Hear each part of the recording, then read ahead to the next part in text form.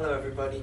In my last speech I talked about deforestation and pretty much what it's all about, and here I'm trying to talk to you about how it's detrimental to our environment and why we should take more of a liking to it, because it has to do with not just humans but also animals, not just animals but humans, so it affects us personally for sure.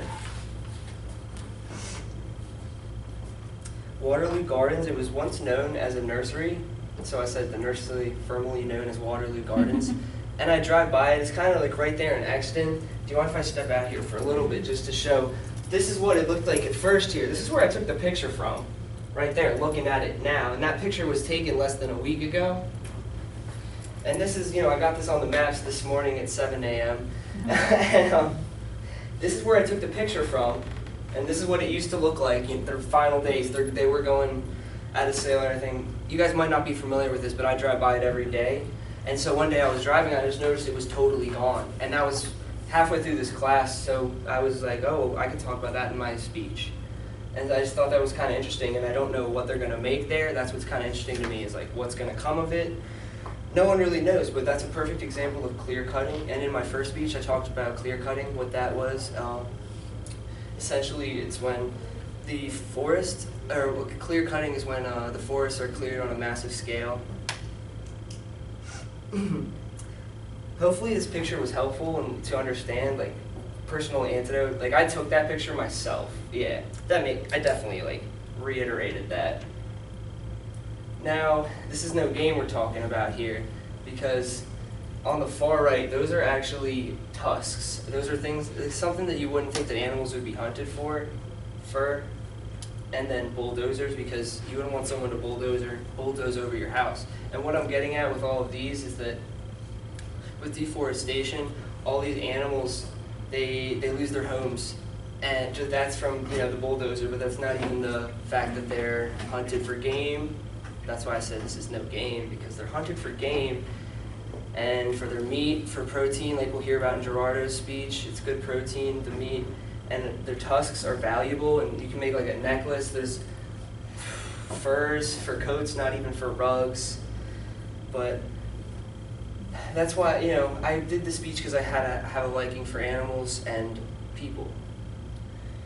The 71% of the people in the class, based on my survey, after analyzing it, live near the wilderness, so it seems relevant. What I have here is a picture of just normal forests, like what might be some of our backyards, or what at least we recorded in the survey. And then on the far right is some people wear masks in Hong Kong. It's actually in Hong Kong. I looked up the picture, and this is like in a bay there, and it's just like debris, and that's the other pictures had watermarks and stuff, so I didn't want to use them.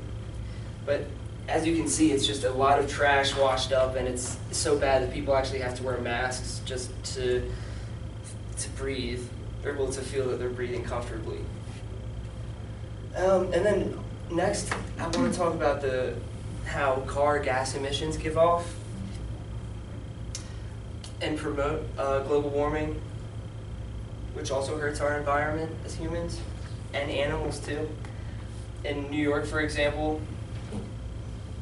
and in LA, there's traffic. More in New York, it's stop and go. In LA, you're just going to be sitting in there, but the cars give off greenhouse gas emissions, which are bad for the ozone layer in the long run.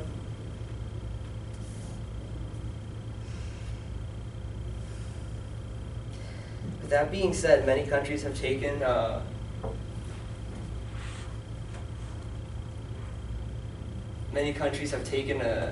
notice of this, and they've made changes to try and lessen the pollution problems.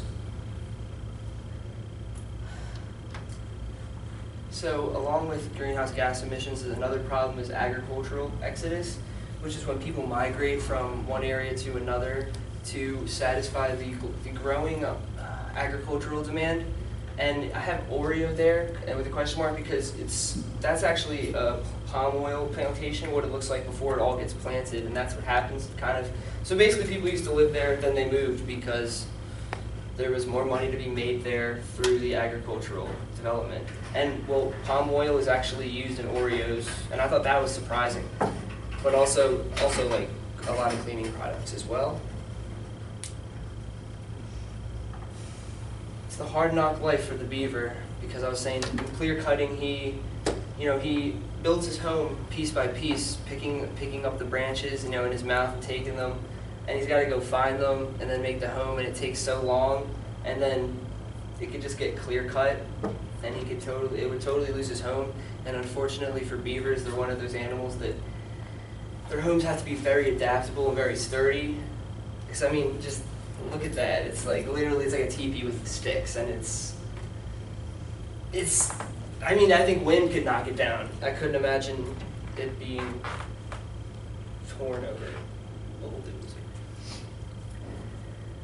And with all the problems that are going on, you think there'd be more solutions. So I did some research, and I found one really super cool solution that I liked, and then one that was more of my personal kind of thought that I thought maybe might be a good idea. I'll start with the second one. My personal one was when we're talking about the last slide here with palm oil. Oops. And you have those big plantations. Normally there'd be plants. Sorry to keep switching back. Normally there'd be plants there, but to keep them all in with the bamboo, and you can keep the bamboo around it, and bamboo gives off oxygen, and it actually grows 24 times more than the normal plant, and it's like 47 feet. I'm not even gonna look down, but it's like 47 feet. It grows in some ridiculous amount of time, and they absorb the most carbon dioxide too, which makes it in turn better for our environment. And then lastly, I have we'll have a video obviously, because to my other solution, which I found really interesting. It started in Milan in 2014. It's the vertical. It's in Nanjing, China. It's the vertical gardens, and they're not actually made yet. They'll be finished in 2017. But this video is really, it was really informational. I actually found out about the vertical gardens on Facebook from not a scholarly article, but just something that seemed interesting to me. And I was like, I saw that exact picture, and I was like, what could be going on? And I was so glad that I was able to relate it to my class here. So bear with me for a second. I'm going to go full screen, and I'm hoping it's HD. Nanjing, China is getting a vertical forest. Trying to keep the air clean is not an easy task in cities. Plants are a great natural way to filter out the air, but when land is scarce, there's only one way to go, and that's up. 2 buildings will be constructed in Nanjing, China. They will feature around 1,100 trees and 2,500 shrubs and plants. This vertical forest will produce approximately 130 pounds of clean oxygen per day and absorb 25 tons of CO2 per year. The project should be completed in 2018. The Nanjing vertical forest will be the 3rd such structure built. The other 2 are in Milan, Italy, and in Lausanne, Switzerland. The one in Milan was completed in 2014 and is used for residential purposes. The plant life serves to clean the air, help with temperature control, and lessen noise. In Nanjing, one building will serve as a hotel. The other will house a museum, offices, and an architecture school. All of these vertical forests are designed by Stefano Boeri Architects. The firm says it will develop similar projects in other Chinese cities, including Shanghai. For more information, check out cnet.com. I'm Ayaz Akhtar, and I'll see you online. And that's April, also, we're in 2/6, I mean, it's pretty recent videos from February 6th of 2017, so. Going back to my PowerPoint here.